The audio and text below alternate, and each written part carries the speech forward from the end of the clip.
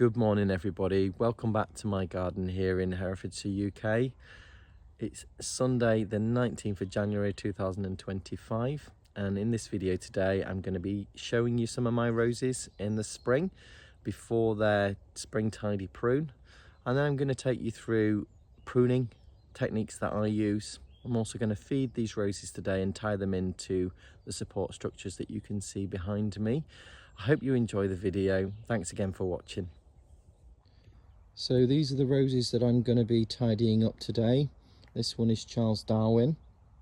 And what I aim to do really is to reset these willow hoops that I made last year as support structures. They've worked really well. I'm going to talk through those in a short while. So basically retying the strings to the screws in the post just to level them up, because as you can see some of them have flopped a little bit as the strings relaxed. A lot of them have been absolutely fine, but I don't think they look good flopping down. So very quick job just to tie those back, and then it'll be the case of defoliating the roses, just because as you can see there is black spot from this year and last year still on some of those. If I just get that to focus, and I do not want that in my roses this year.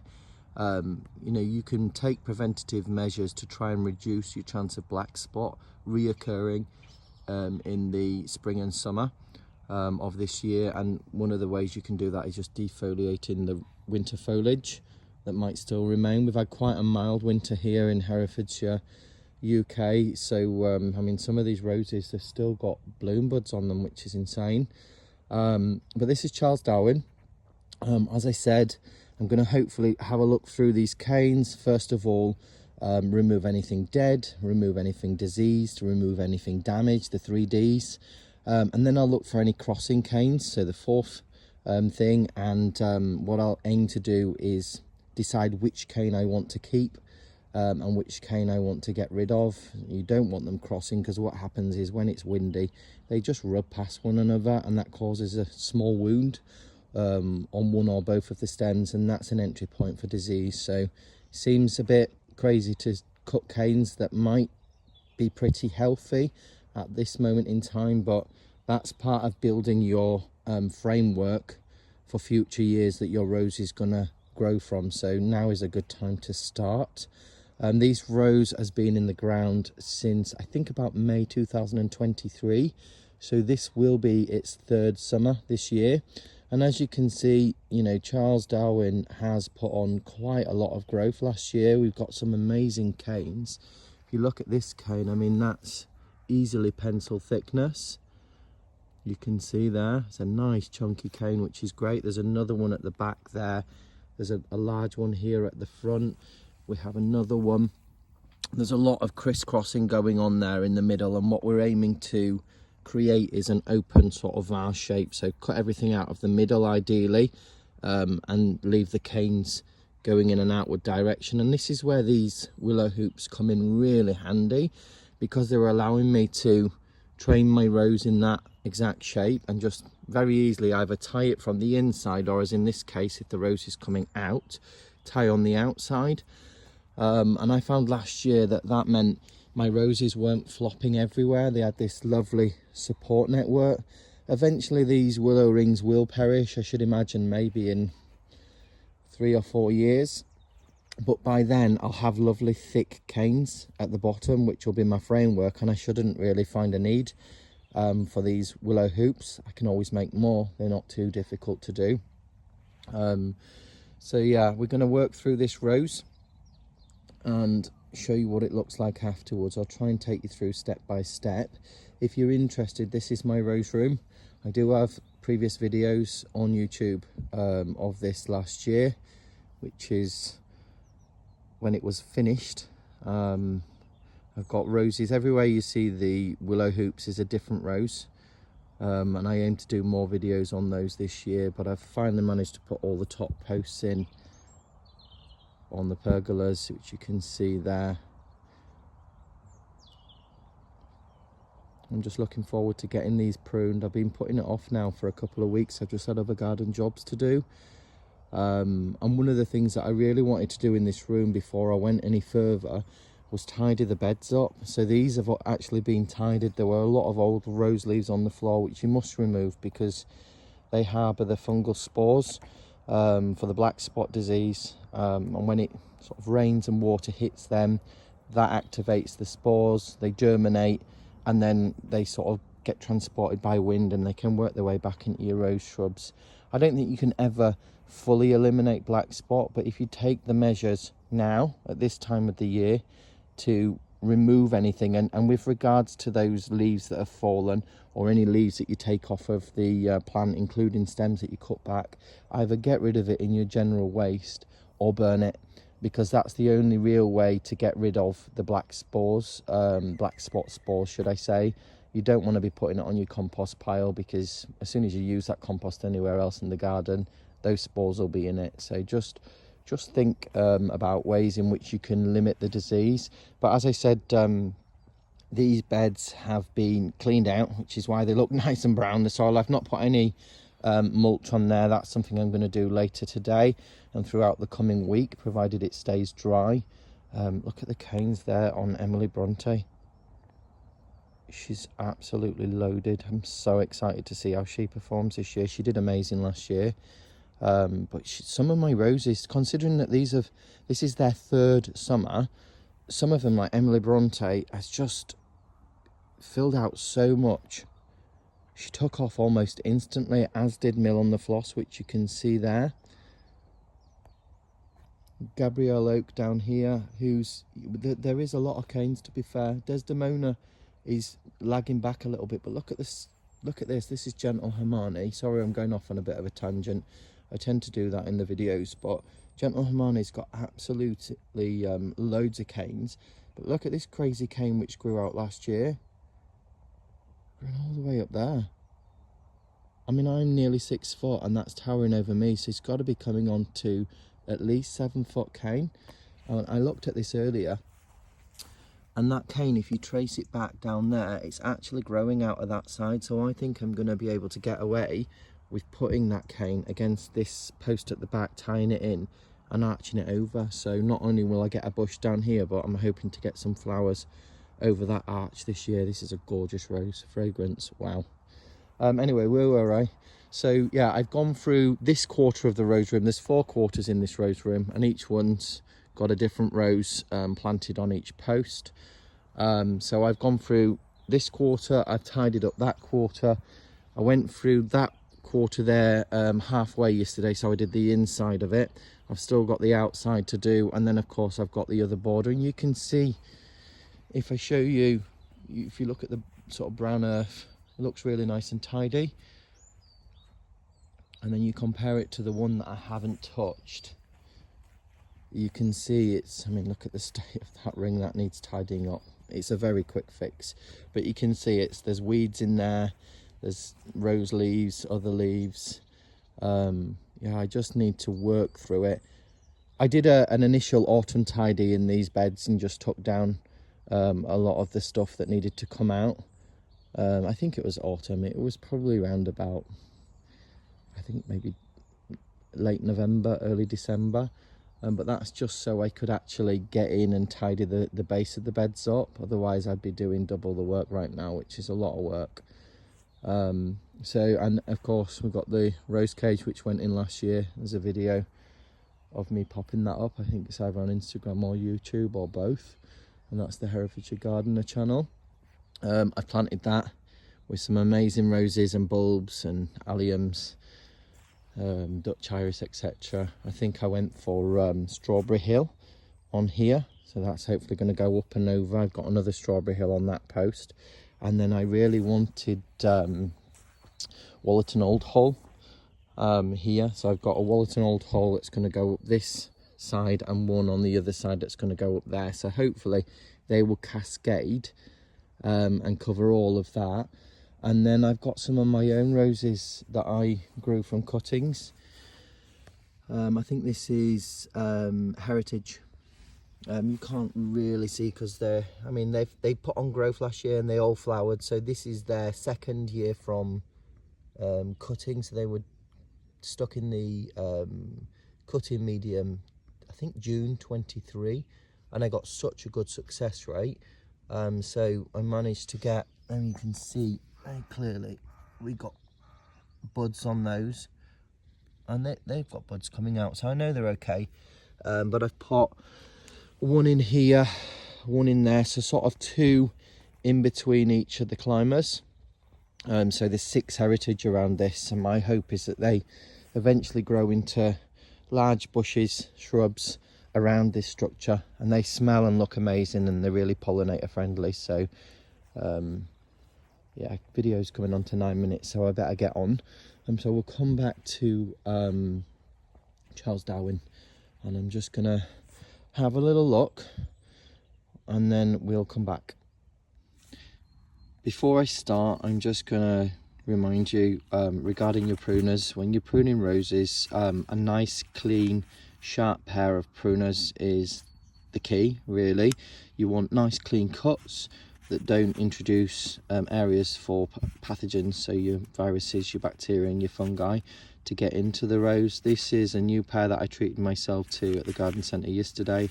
I must have about 6 pairs of pruners. You're all probably the same. Some of mine need sharpening, but these ones are perfect. So purchase these. Make sure you've got some way of cleaning between pruning each rose. Again, one of your roses might be fine, another one might have more disease on it. So if you don't clean the blades between pruning, you could just transfer disease from one rose to another. So just make sure you've got something. Rubbing alcohol is good. I tend to use these sometimes, just these disinfectant wipes, but rubbing alcohol will be really good, and probably a little bit kinder on your blades. So you can do that. Yeah, that's a really important step. And of course, just make sure you've got some decent-ish gloves on, so you don't tear your hands to shreds. I also have a handy little trough just to put all my waste material in, just so it doesn't blow over the garden. So I mean, I did tidy these beds probably a couple of weeks ago, and I didn't actually defoliate the rows. So you can see already, just in the space of a week or two, we've got rose leaves that have fallen off, that have got black spot on them. So we do need to tidy this up, and it is just a simple case of just picking up any old leaves, even the ones that are starting to decompose, because they still contain the black spot spores. I am going to be putting a top dressing of bark, shredded wood chip on top of here, so that will keep any leaves and spores that I can't see or that I've missed underneath, so that'll hopefully control it further. But anything that I can see, you know, some of these are not rose leaves, they're from the beech hedges behind, but I just want a nice tidy area under the rose. I mean, look, you can see with that black spot all over it. Some of it is probably a bit of frost damage as well, but yeah, prevention cheaper than the cure, and better than the cure in my opinion. So really just spend a bit of time. If you've got them in pots, then you'll probably be a lot easier to do. But while I'm here, if I see any small weeds, I'll get those up. So I'm just going to finish tidying the base, and then we'll start moving on to the 3Ds. Just as a little tip, one of the things that I do while I'm working between my roses, and I finish with my secateurs, is I'll take one of the wipes and I'll quite literally trap it between the blades so that there's contact with the blades. I'll give them a wipe afterwards as well, but that means that there's a bit more time for the active ingredients to disinfect the blades rather than just a quick wipe. And if they're just going to be sitting on the side, I'm not thinking about them, because I'm looking at the other bits, or tidying up, or mulching, feeding, whatever it is that you're doing after. That's just a good handy tip to ensure that your blades have had enough contact time with the disinfectant, and that does help. So yeah, worth mentioning. So I think when it comes to pruning your roses, you've got to remember, with newly planted roses, I wouldn't prune any more than 1/3 of the rose shrub in total. That's height and the amount of stems. You just need to give it a chance to establish and thicken some of those canes. But when you've got a rose that's 3 or 4 years or more, you can sometimes take them back quite drastically and they will still respond pretty well. And in actual fact, some of your oldest canes on your very old roses, so you know, sort of 5+ years, it's a good practice to rejuvenate the rose by taking out some of the older canes, and that just helps encourage new strong canes to come up from the base and give you longevity in your roses and health. So also the eventual height of your rose. I mean, I think Charles Darwin is advertised as a shrub rose growing to about 3.5 to 4.5 feet. I would say that that cane up there is probably pushing up to 5 feet at least. So they will grow longer than advertised. And also, you know, now and again with a lot of David Austin roses, you will get long canes that come out and want to climb. And it's up to you whether, you know, you want to keep those. If you've got something that you think you can climb it up, then go ahead. Otherwise, if you want to keep it as a shrub rose where everything's at sort of nose height, say nose height, you can bend down easily and smell at the roses and see them, then you know you can keep the canes down. But where you make your cut, so for example, if this is going to grow 3.5 to 4 foot, I know last year we put on easily about 3 feet of canes. So if I just cut at the top, I know that I'm going to end up with at least another 2 to 3 foot out of that, and they're just going to sag right over, and that's not the look that I'm going for. So I'm probably realistically going to take this down to at least, I would say, the second ring, just so that I then got the space for the rose to grow through, and hopefully it won't come too much higher than the post behind, because I've got nowhere else really to support it. I mean, I could stick bamboo canes in, I guess, if I need to, but the whole purpose of these rings is to try and grow the rose around the rings, and eventually the rings will disappear inside the growth, and it'll just be smothered with Charles Darwin's blooms. So we need to have a look here, a little bit of a closer look, and just see the 3Ds. Remember, anything dead, anything diseased, dying needs to come out, anything damaged needs to come out, and then we'll look at the crossing canes. So I mean, most of the canes on this are actually quite healthy, to be honest. We've got some spindly stuff down at the bottom here which will definitely come out, because this is, even if it did bloom, it's not going to support blooms very well this year. And I want to encourage energy to go up these fatter stems rather than going out into the thin stuff. So this, if it's thinner than a pencil, then usually I prune it. If it's about a pencil thickness, I'll decide whether it's to stay or not. So I'm going to have a little look through this and just see if there's any evidence of, I mean, there's that in the middle. That's definitely dead. That looks like an old central cane. You can see the wood is, well, it's wood. For a start, it's not living material. You can tell the difference between the two, so I'll just prune that back to the base, although that's not too problematic. I still want to get rid of it. Things like this, if you look there's a bit of dieback on that old cane that I cut back. I don't really need to get rid of that. You could tidy it up if you want, but that's calloused over, and by callousing I mean the plant's formed a scar. It sealed that wound off, and of course we've got new shoot that's come out of the side there. So by cutting that back, I might reopen that wound, and it's really not it's not beneficial for the rose to then have to heal again. So choose your cuts wisely. But yeah, I don't think there is actually, apart from the leaves which need to come off, there ain't much else on this particular rose in terms of dead or dying or disease. So I guess what we'll do now is we'll have a look at opening that centre up and dealing with any of the crossing canes. I mean, this is a good example here of crossing. So we've got 2 canes, one nice and thick coming just outside this rose hoop, and that's a lovely cane, in fact, really healthy, lots of buds on there. And then we've got this one which is coming out just lateral to that, and then it crosses here, and you imagine those spikes, they scratch this stem, they're going to open a wound up there. But this one comes up here, comes out here, continues up to this point here, and then it spreads out. We've got a cane coming out here with a real spindly bit on it, and then if you look carefully, it kind of goes here, look, into the middle. It's quite a thin cane, and it's growing into the middle. So actually, when you think about it, that cane, not only is it crossing out of the two, which one would you keep? Well, you're going to keep the fatter one that's growing in exactly the precise location you want it on the outside. Think of that open vase shape, them all growing outwards in all directions, versus this thinner cane, which is, it's got some sort of spindly growth on it, which I've said are not really going to support blooms, and it's growing towards the inside. So it's a no-brainer. That one I will end up pruning out low down.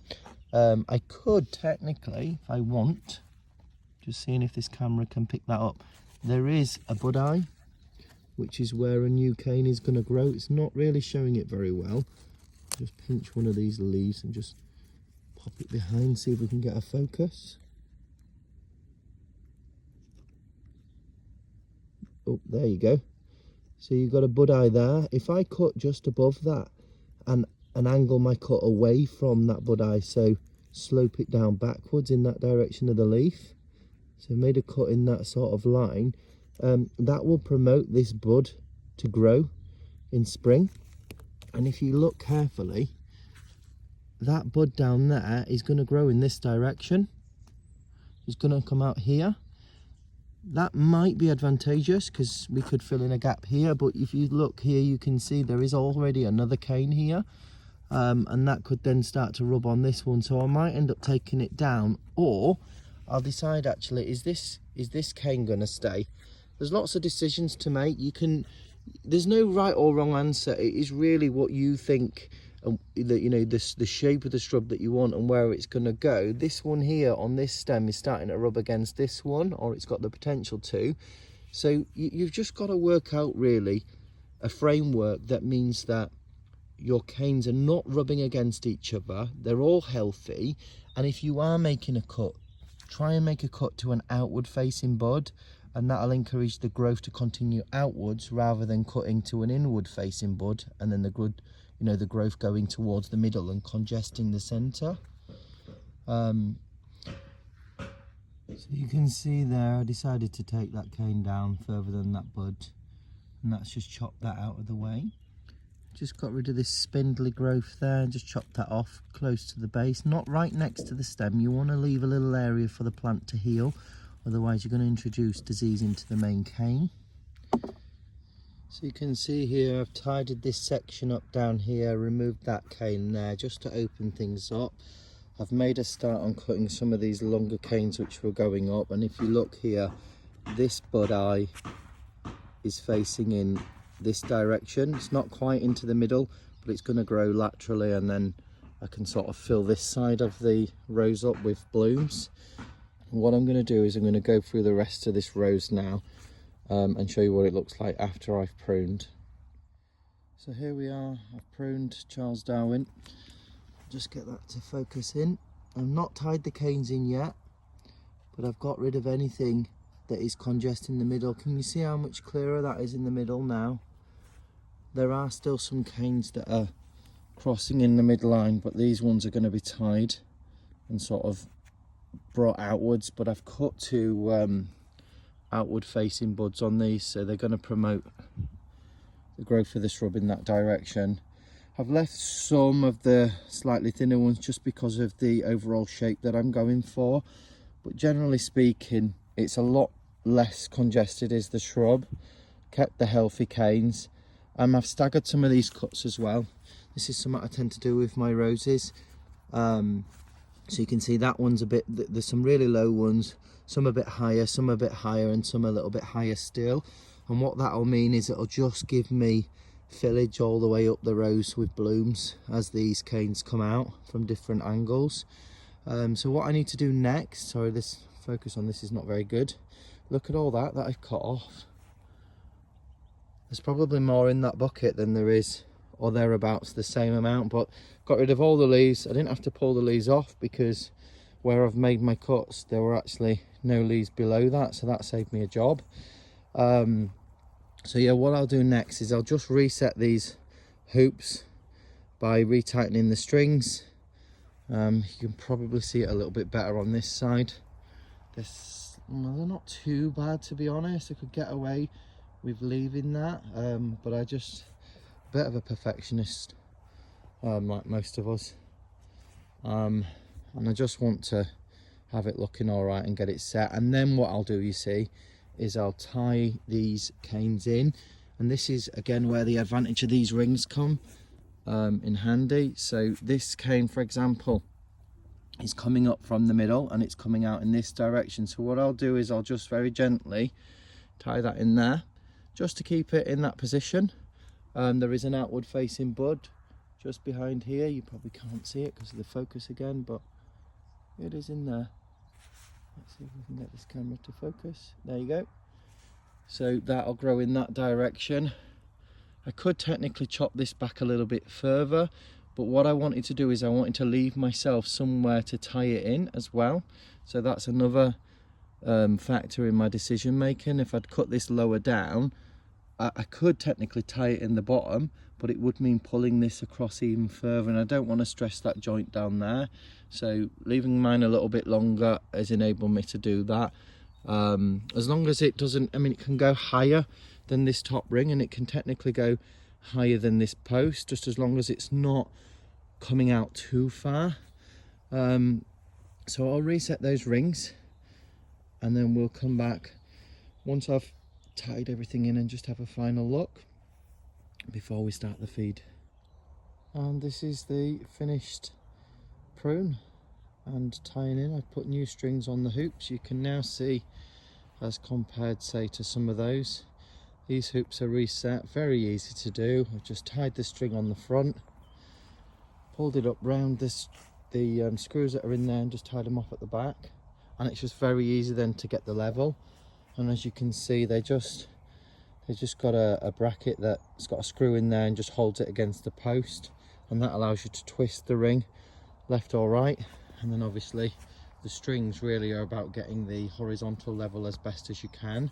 So I'm really happy with that. If you just look at some of the canes that I'm left with, I've taken out a few just to open that center up now, but I've kept a lot of the thicker stuff. So you've got a nice big cane coming up here, and I've tied these in loosely.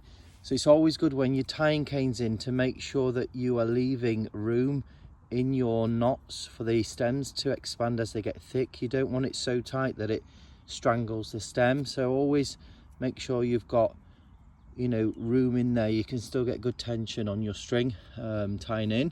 But what that'll mean, technically, I didn't need to tie this cane in, because if I took that off now, it'd spring back to about here, and it's quite strong. It holds itself up a little bit like that one at the back there.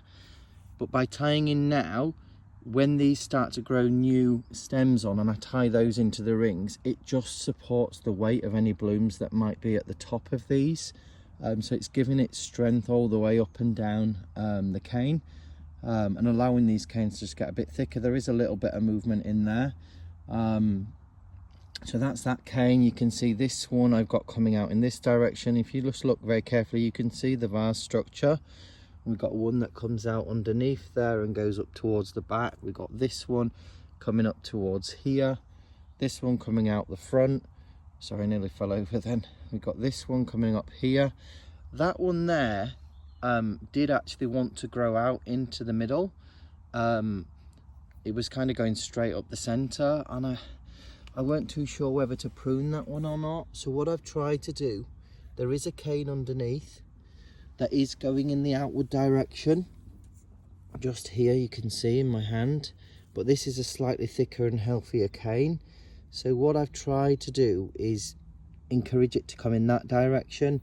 If I'm being honest, I may end up chopping that off anyway, just to divert the energy into this, to get a bit of fillage out in that section. The only issue is if this cane doesn't take for whatever reason, then I'm going to be left with a bit of a blank spot there. I've got these canes at the back, not the best canes, they're a little bit thinner, but again there was nothing going in that direction that I could use, so I've left that so that we do get some growth up the back. So it's all trial and error. There's no right or wrong way. You shape it how you want, but generally speaking, I wanted a cane in each direction, as many outward directions as possible, and I've always cut to as I said earlier, an outward facing bud. So I know that this growth is going to grow this way and not this way and create the same problem that we started with. It doesn't have to be bang on the outside, as long as it's somewhere along this, as long as it's not, you know, on this side. You will still get some of these lower buds, this one for example, that might become active and grow into the centre. But that can always be pulled off at a later date. So that's Charles Darwin, pruned and tied up and ready to go. I'm gonna get my rose food now, which is, I think it's the Westland one that I use. Yeah, it is. I think it's a really good rose feed. Works really well. Get this from most garden stores. Rose high performance plant food, rich in horse manure, nourish, flourish and health. And this helps again prevent black spot. It gives you amples of blooms. And I just put a handful or two around the base, and then I'll put my mulch on top, and it just comes in this pelleted form. You can see they're like that. So I'll put a couple of handfuls down there, and then I'll put my mulch on top, and we'll come back and have a look. So there we have it, sprinkled around the base of the rose where I expect the root zone to be. And I've also got clematis on the back of each of these posts. You can't really see much because they're not actively growing at the moment, but clematis are also heavy feeders, and so I put a lot of this fertiliser around the base of the clematis as well, just so it's not robbing food from the rose, but also it is to promote the health and growth and flowering of the clematis, which goes really well with the roses. So I just need to go and get some mulch, and then that one's done, and then I'll be moving down to all of the other ones. So we're very lucky here. We're doing quite a lot of garden changes. We've been taking a lot of the other hedges that were in the garden, creating rooms out to plant more trees as a backdrop for the rose room and to open the garden up in general. We've got a large pond over in that area, which looks quite nice from the house, which is up there. So we wanted to be able to see that.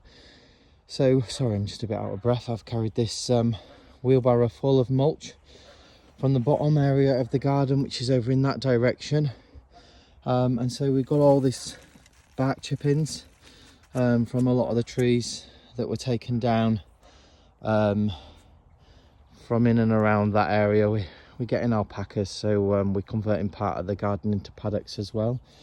So really lucky that we've got this fantastic mulch, and this is perfect really just to go over these beds.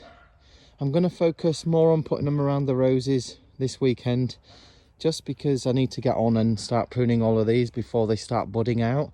And when you put mulch on top of your beds or your pots, what it tends to do is it allows the fertilizer to become active, because the fertilizer needs to be wet for the microbes in the soil to break it down and then provide the nutrients to the rose. So when you put a mulch on top, it stays moist underneath. That also helps to conserve water during the summer, because it's not drying out as quick, and it also stops the weeds from growing, and it looks nice. So multiple benefits for keeping your rose healthy and looking good. So what I'll do is I'll just put a little layer and show you what I'm sort of aiming for. You don't want it so thick, but you don't want it so thin that you can still see the soil. And the other thing that I nearly forgot, any black spot spores that are sitting in that soil, or any leaves that I've missed, by putting this mulch on top, I'm putting like a blanket on top to stop them from coming up and back onto the rose when it rains, for example, splashes on the soil and sends it up onto the leaves. So yeah, they really would encourage you to mulch your pots and your beds if you're not doing so already. So we'll come back and have a look at that in a second. And that's a wrap. There we have it. You can see the soil from the bed, and then you can see here we've just applied that mulch, put it around the companion planting. There's a lot of bulbs in here as well, so this is a good time to get my mulch down before the bulbs come up. Otherwise I'm having to put it in between those as well. So that's the sort of final finish, which I think looks really good. It's nice and tidy, nothing sort of burying the rose. I'm not piling it up around the base because I want good airflow there. I want that to be able to dry out above ground. Not a single old rose leaf in sight. And that's Charles Darwin ready, fed. I feed again after the first bloom, and I might feed again later on in the summer. And the feed, just for future reference, I will scrub some of this back, put the feed down and cover it back over for the same reason that I just explained, to keep it moist. But that's it, that's Charles Darwin finished, and I think looks really good. Let me know what you think, leave your comments in the comment section below. If you've got any questions, feel free to ask. I'm now going to spend the rest of my day just working my way through exactly the same fashion each one of these roses, and there's quite a lot to do in this room. I don't think I'm going to manage to get it done today. We've got rain forecast for later next week, possibly at the weekend, but I've given myself a window now between the 19th of January now and the middle of February to get these done. The earlier the better.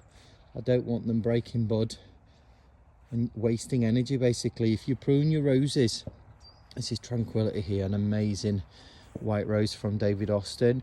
If you look, this one is still dormant. You can see the bud eyes maybe starting to sprout a little bit. That's just because we're quite mild at the moment, but I don't want that to turn into a full stem, for example, come right out, only for me to have to cut that back afterwards when I come to prune this, because clearly you can see Tranquility needs a good prune.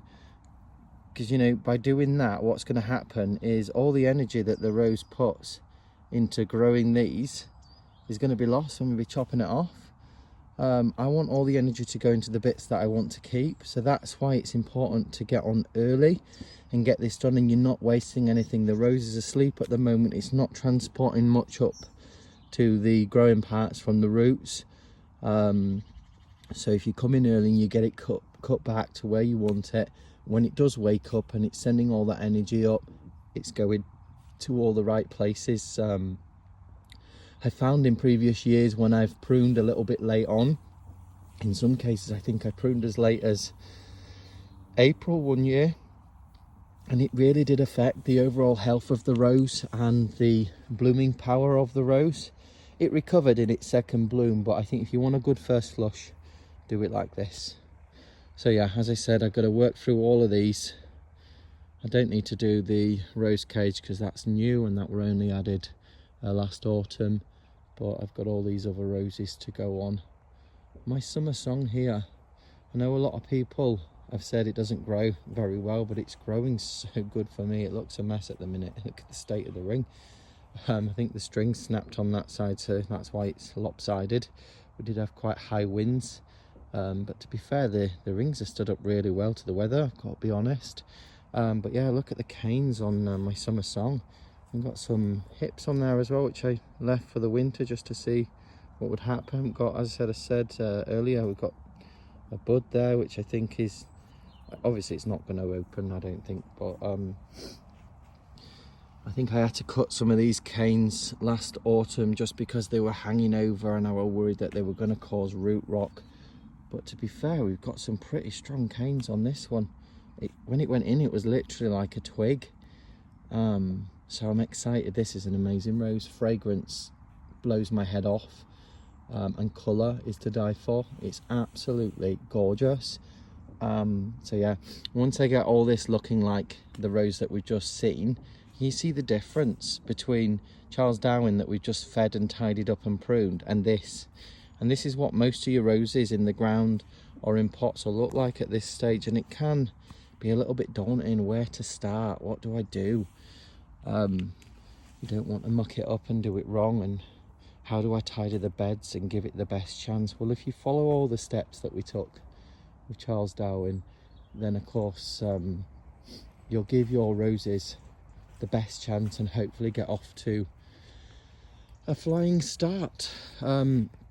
So yeah, tune back in. I'm going to be doing some more updates when these roses start to come out. I've got so many amazing projects going on in that direction. There's going to be a new rose garden over there, and I cannot wait to show you all. I can't wait to show you what we've been doing in this section with the trees. Also can't wait to show you the alpaca paddocks, and you'll get to meet the alpacas in the coming months. They're due here in April, so we've got a lot of work that we need to do. which I'm sure you can appreciate, working full-time as well. I've got to juggle a lot of things.